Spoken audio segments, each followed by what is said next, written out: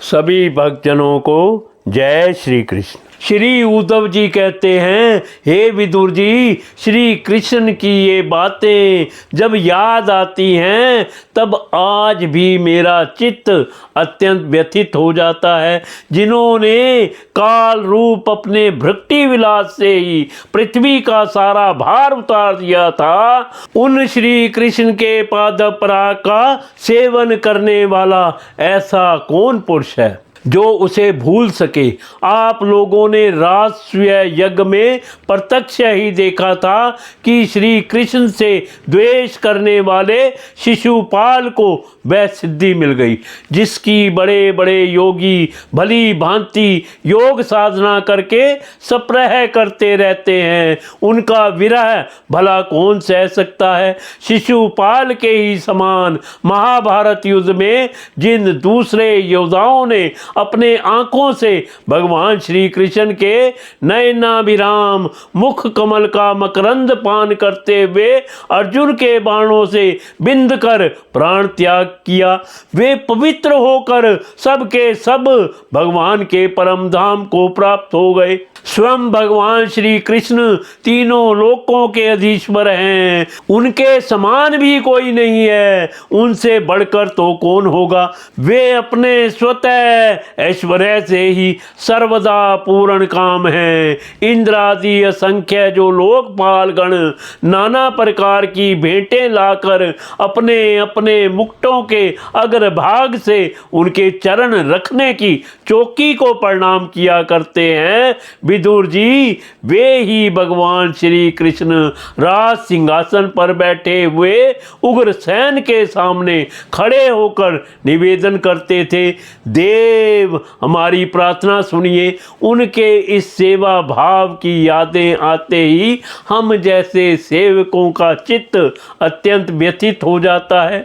पापनी पूतना ने अपने स्तनों में हलाहल विष लगाकर श्री कृष्ण को मार डालने की नियत से उन्हें दूध पिलाया था।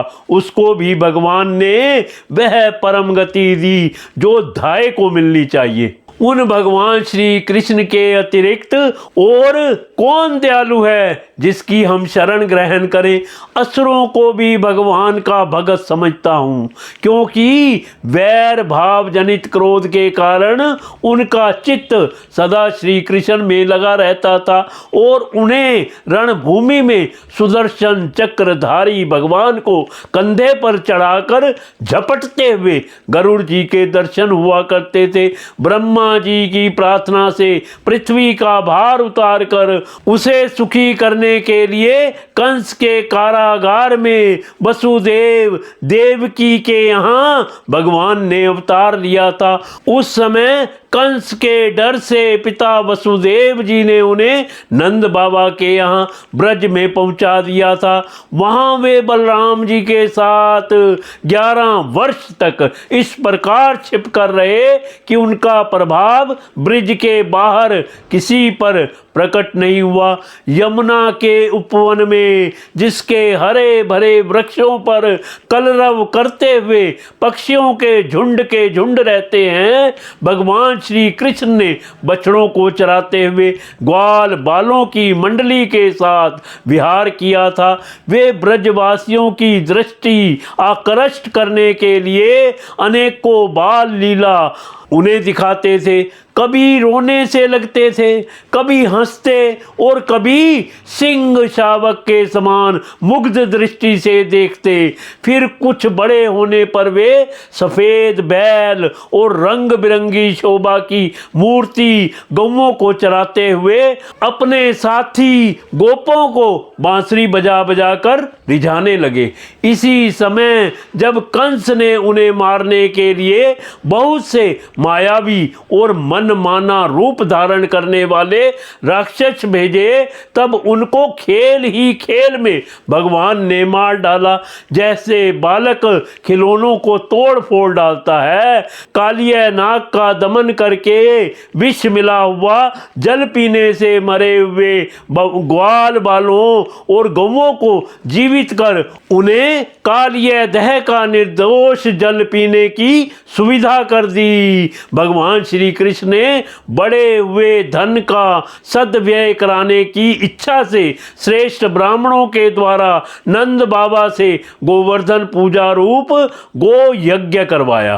भद्र इससे अपना मान भंग होने के कारण जब इंद्र ने क्रोधित होकर ब्रज का विनाश करने के लिए मूसलाधार जल बरसाना आरंभ किया, तब भगवान ने करुणावश खेल ही खेल में छत्ते के समान गोवर्धन पर्वत को उठा लिया और अत्यंत घबराए हुए ब्रजवासियों की तथा उनके पशुओं की रक्षा की।